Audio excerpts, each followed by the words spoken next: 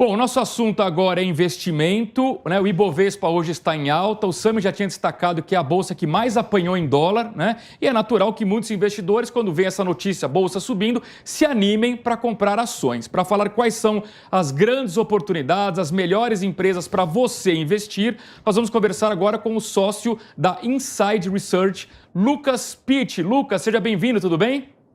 E aí, como é que vocês estão? Tudo bem, Lucas? Sou um grande fã do programa, sempre assisto vocês aqui, ó. A gente fica fazendo análise aqui, o nosso time de analista está aqui, analisando as ações, porque a gente está em fase de balanços, as empresas estão soltando os resultados, então está todo mundo na missão do trampo e eu deixo as notícias correndo aqui. Muito obrigado por terem me chamado. Boa. Ô, Lucas, eu sei que você não fica no muro. Quais são as boas ações para o investidor que quer colocar o seu dinheirinho lá? Cara, normalmente a gente faz uma conta de preço justo das empresas, o quanto que elas deveriam valer, essas empresas, a gente divide pelo número de ações que elas têm, que elas emitiram, né, enquanto que a empresa se fracionou, e a gente compara com o preço em bolsa de valores. E a gente acredita que as empresas do setor de construção civil sejam as mais descontadas, ou seja, com as melhores oportunidades nesse momento. E aqui a gente gostaria de destacar principalmente EZTEC, são as nossas três principais recomendações de compra. EZTEC, Cyrela e JHSF, e os bancões também estão bem descontados.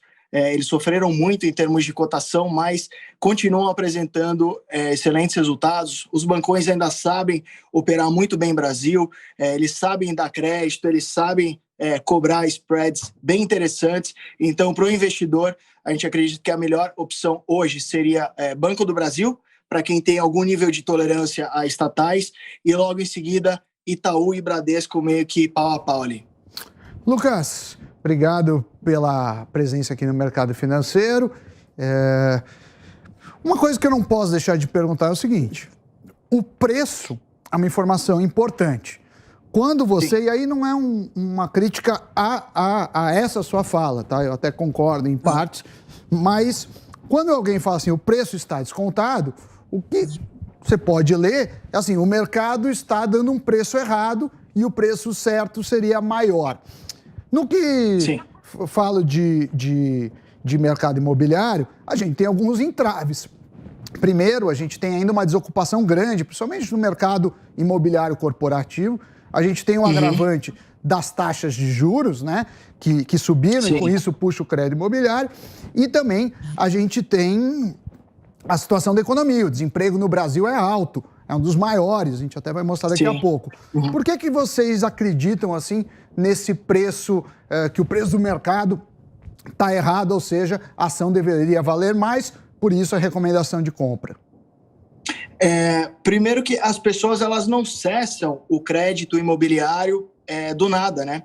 Então, mesmo que as taxas de juros subam, as pessoas ainda têm o sonho da casa própria, os fundos imobiliários ainda continuam com uma taxa de ocupação bem interessante, então não é que as pessoas evadiram do mercado de construção civil, evadiram dos fundos imobiliários, ninguém está conseguindo alugar, ninguém está conseguindo construir.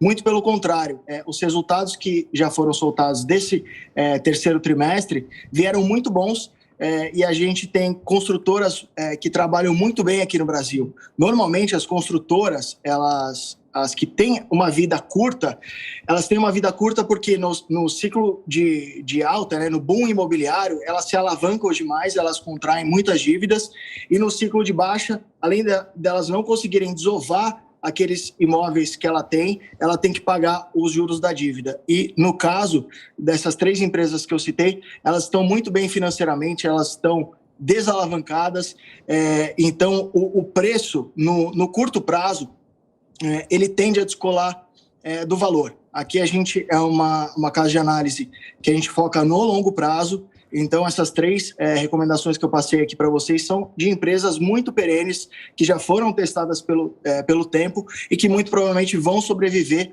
aos ciclos de mercado, né? Porque o investidor ele não consegue esquivar dos ciclos de mercado. Tem uma frase muito conhecida no mercado que muito mais dinheiro foi perdido tentando antecipar as correções de mercado do que nas correções de mercado por si só. Então, eu até fiz uma planilha aqui consolidando todas as nossas posições.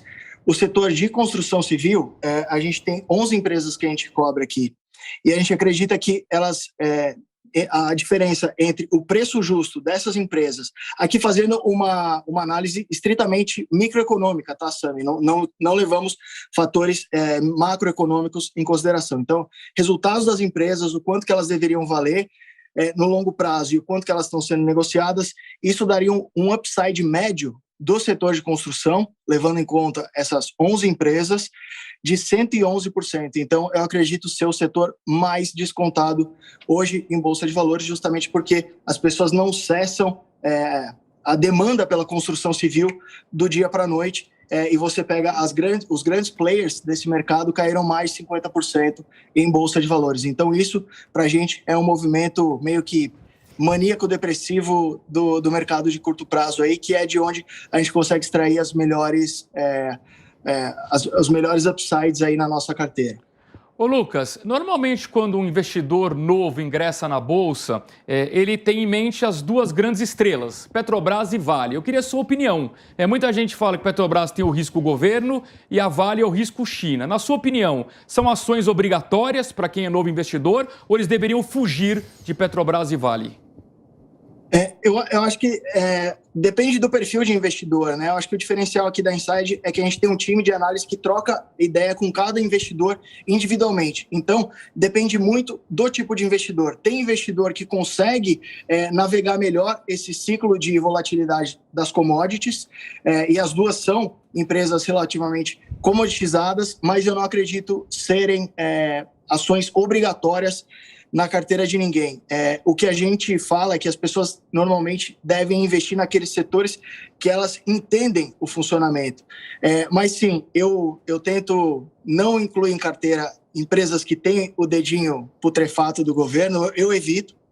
Tá? Só em situações em que o preço é muito convidativo, eu entro em empresas que têm o dedinho do governo, e para se expor a empresas que variam de acordo com as commodities, eu acredito que tenha que ter pelo menos uns 6 meses aí de bolsa para você ir adquirindo o estômago para encarar essa volatilidade.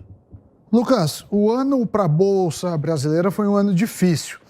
Mesmo em reais, a gente acumula uma perda, né? Lembrando aqui, eu tô com um gráfico na tela, ela começou por volta de 118 mil pontos, o índice bateu 130 e depois foi praticamente um movimento ladeira abaixo, chegando a 102 mil na semana passada, agora retomou um pouquinho. Na sua visão, qual será o preço aí de virada do ano do Ibovespa? Vocês estão trabalhando com quantos pontos do índice, se é que vocês fazem esse tipo de análise?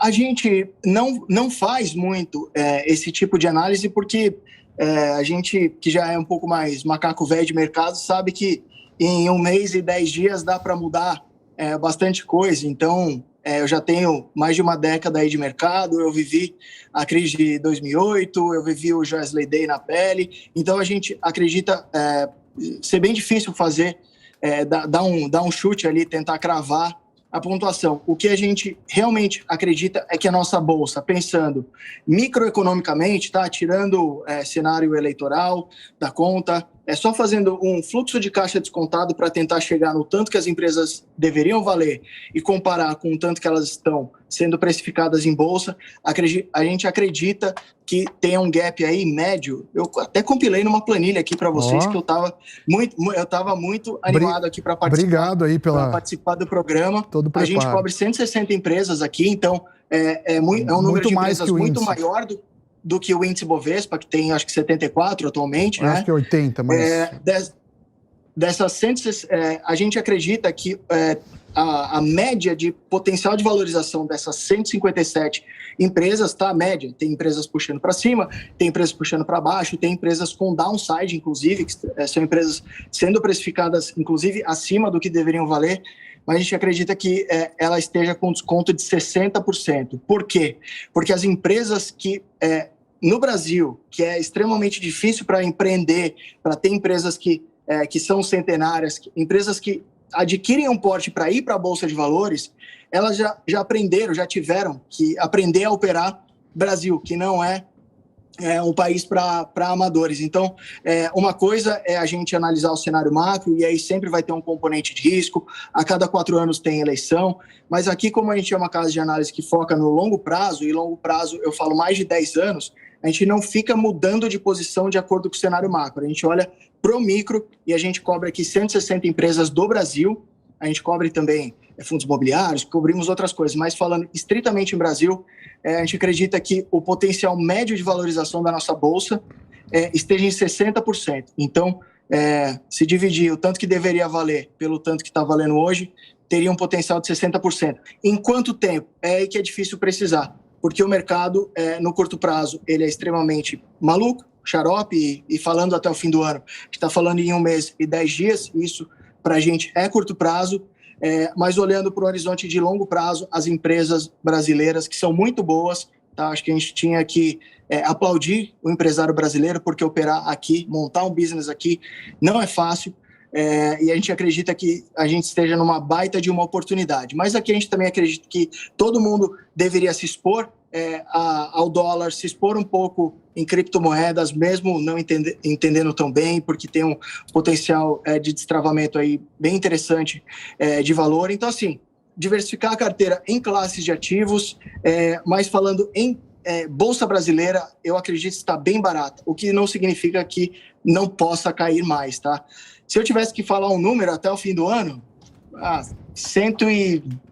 quanto que está agora? 104 mil pontos que você falou? 103, 104 chegou a bater, mas está 103, quase 104, 103,700.